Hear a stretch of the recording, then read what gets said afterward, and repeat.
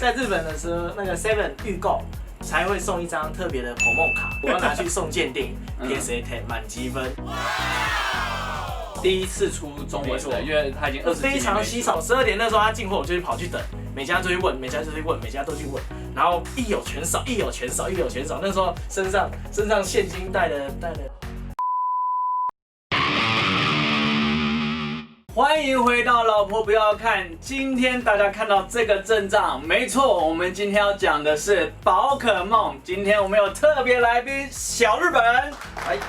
皆さんこんばんは、小日本です。よろしくお願いします。那在我们开始介绍收藏宝可梦的这个世界的时候，我相信一定会有很多的大朋友小朋友会准备要追我们。OK， 好，所以先跟这些就是真的是宝可梦玩家的卡牌玩家们，真的我们是以收藏的角度哈，因为我以前我也玩过魔法卡，我也玩宝可梦哈，但是真的这个叔叔小日本叔叔，我们都已经没有时间了哈。那我们只是为了收藏，是抓住我们青春的尾巴，好，所以我们叔叔就是没有玩。对，就是叔叔就是这个很简单的去喜欢收藏这样的游戏，这个游戏卡，然后觉得这个真的是很好玩，所以这个是先跟大家先讲的部分。那我们一开始摆出来的阵势，就会从上面这一排稍微跟大家讲的是，在著名的就进化完的雷丘。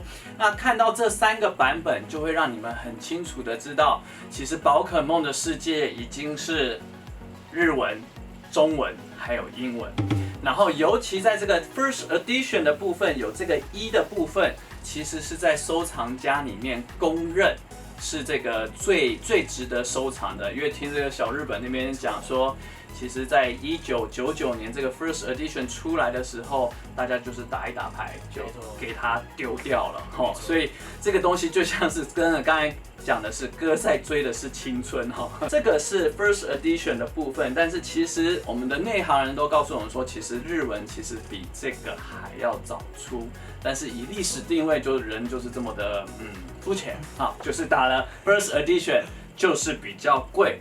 接下来我们要讲的会是这个初代里面最著名的御三家，来，小日本告诉我们一些这些比较有代表性的部分。没错，因为刚开始初代的时候，最具有代表性的3只宝可梦就是这3只啦，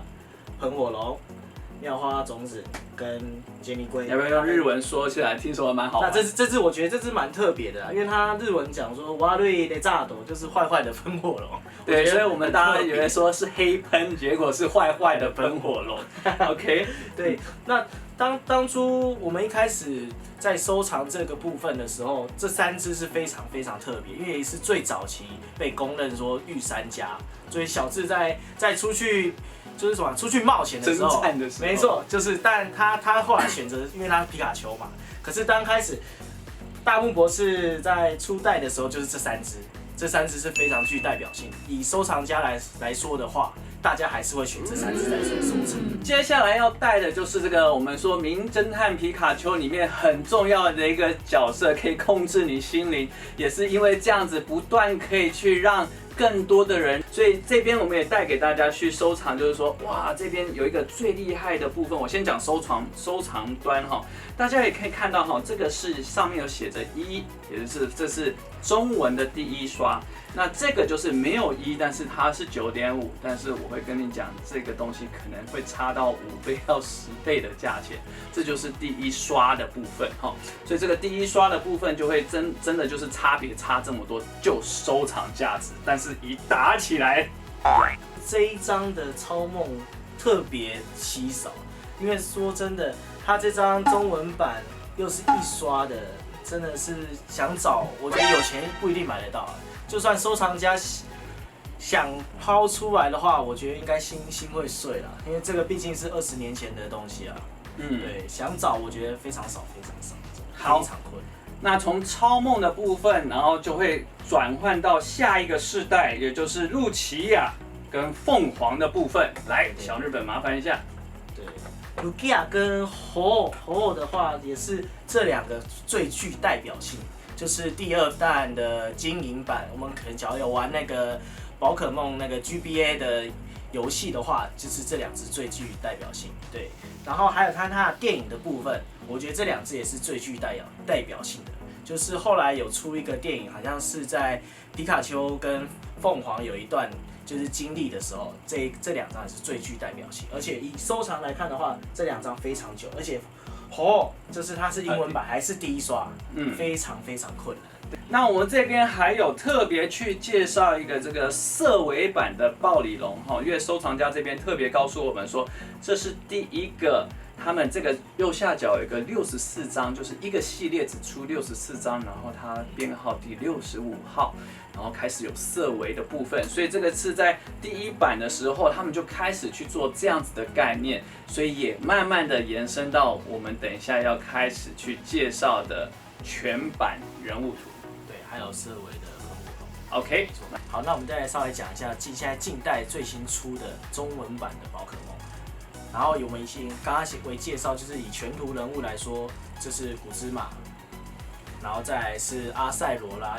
我觉得这张卡很特别，这张卡特别多人喜欢，因为这张卡是它刚开始出，是因为日版的话是以冠军卡片非常稀少，那时候日文版的话一张可能要2-3万台币需要。然后，但它中文版一出的时候，它就直接给你出非常棒，直接给你出冠军非常稀有的特别版。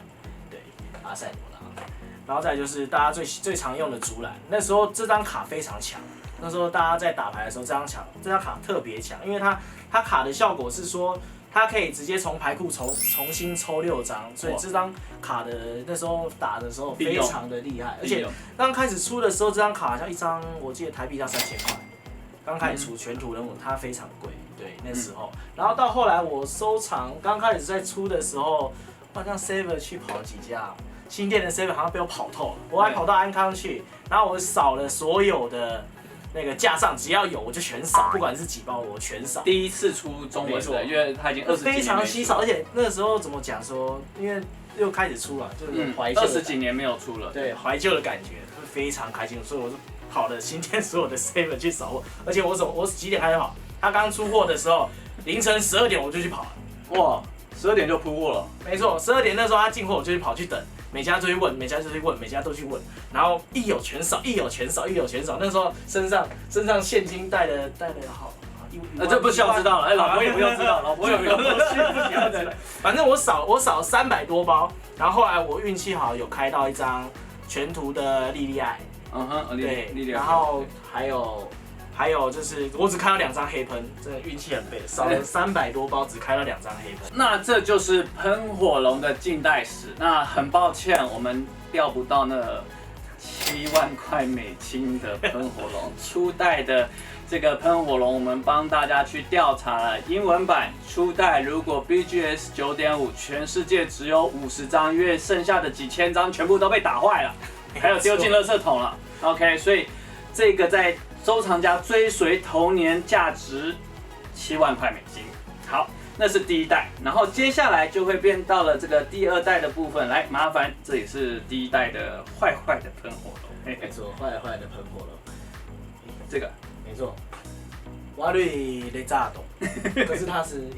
英文没关系，英文版的第1代，对。然后到后来就是比较近代的。对，然后也要稍微介绍这张比较特别的是，因为这张卡需要我们以前就是有玩过游戏王七龙珠游戏王，对，它是从那个卡夹一台机器这样转才会出来的卡，所以这张品相要好的卡也非常特别，通常都会有2个轨道磨掉，所以这个通常都不太能见。所以能看到这张卡真的也非常的开心，真的。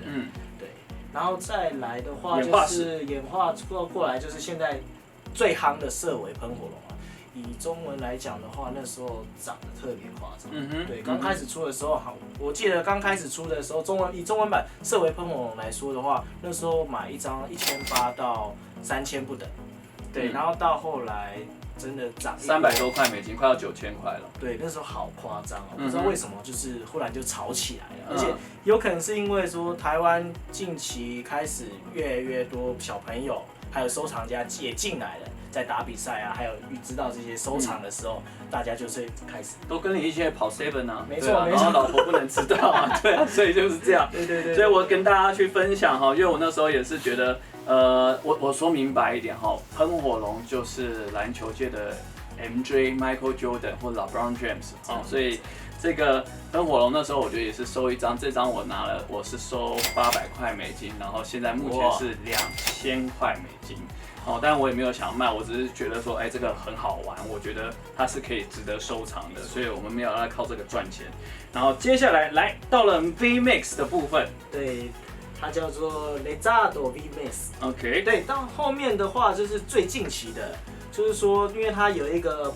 就是它原本就是喷火龙嘛，然后再进阶更上一阶的。对，它就是可能会变，就是现在的宝可梦剑盾啊，有出游戏，就是它会再变更巨大化。现在的特点就是这一次的比较特别 Special 的特点。所以从他们多出了一个 GX 之后，现在又出了一个 VMAX， 对，非常特别，因为它就是为游戏而在出的嘛。对，所以它就变大只。但是听说就是都是很难用，所以我们会说现在的话不算主流。对，因为喷火龙现在变成是真的是一个神主牌位。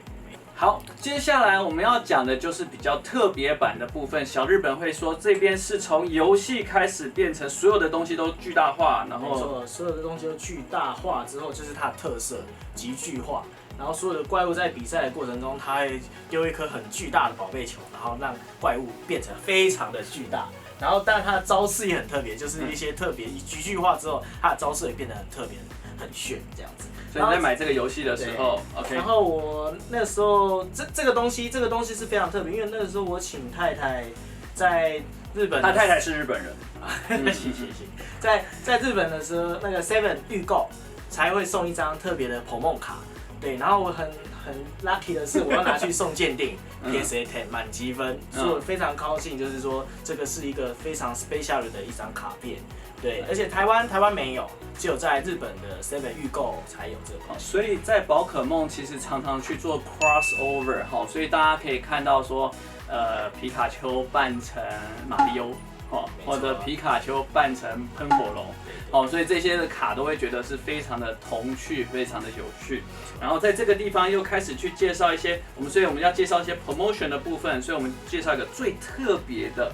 这个叫做呐喊的宝可梦版本，这个很厉害。这个部分就是很特别，就是说他们是特别在2018年的时候为了一个展览，然后这3张是只有在那个 Pokémon Center， 就是宝可梦商店，你去里面消费，它才会送你一张卡。对，这个是比较特别的一些卡片。所以他们拿到的时候，其实就会像是这个样子。就有点像是一个 promotion， 然后他就会给你像这样拆开，所以他们也没有特别包装，他也没有什么卡包，他们叫做 promotion 的这种卡。然后再来是比较经典的是这2张，这个顺序是先从迷 Q 开始出来，没有放这边好。迷 Q， 但是这个原本都不是长这样子原本都是长这样子，然后玩家就去送鉴定，然后最后一张是这一张，所以但是他们说最后一张虽然是最后一张，但是好像限量比较少的是这一张。对，因为他得到的方式，你必须要到东京美术馆，而且是2018年那时候开放的，那个东京美术馆里面，然后去参加那个展览，然后而且他那个展览就是有一个还是卖一个精品的一些就是纪念品的东西，然后去买它一个本子，它里面有送一张卡片。对，所以这个我们的旁边荧幕就已经有秀出来说，就是一个本子，然后附着像是这样子的东西，然后而且一个 account 只能申请一个。那你们也知道日本人都很乖。所以他们就只申请一个，所以除了美国人之外，他们才会哇疯狂申请，全部都是我的。但是日本人就是一个账号就是一个，所以他们那时候我在拿到的时候也是真的旁边就是一个小本的小册子，所以这2个是最后才会出来的，这也就是一整个 Scream 的这个呐喊的版本所以这个也是真的是每个真的是不管是小孩或者大人都看了都会喜欢。那这边要特别介绍的是这个全世界最贵的可达鸭，这张最贵的一只鸭，这张 PSA 10要$750，但是当时一出来的时候不到100多块。不知道为什么这张虽然这3张是比较很简单，就是在宝可梦 Center 就可以买得到，但是不知道为什么可能这张比较稀少吧，所以大家想要凑套的时候，这5张缺一张就很不行。那再来这张这个皮卡丘大概在800块900块美金左右。那这个之前不到200块美金，现在涨了7倍，是1400块美金。1400块。对，所以这整套就整个快爆掉了。所以这是一些简单的一些 promotion 的部分，他们的一些很特别，在宝可梦互相在那边圈粉的时候所出来的一些，让人家会很想要收藏，然后最后再去拿去鉴定，就像是小日本他明明是一个 promotion 的卡，还拿去送鉴定，然后变成是 PSA 10。这我就有点纪念，说这老婆帮我去买的这个游戏机的卡，其实你们没有注意看，还没拆耶。对，是有多忙。希望大家能够喜欢这个单元宝可梦的单元。那我们当然未来还是能够出更多的其他的收藏类别，像我之前就有玩过魔法风云会。当然欢迎下面能够分享、按赞，然后留言、开启小铃铛，留言告诉我们说你们想要听更多有关于其他的哪一些收集，我们尽量的帮大家完成。OK。我们老婆不要看，下次见。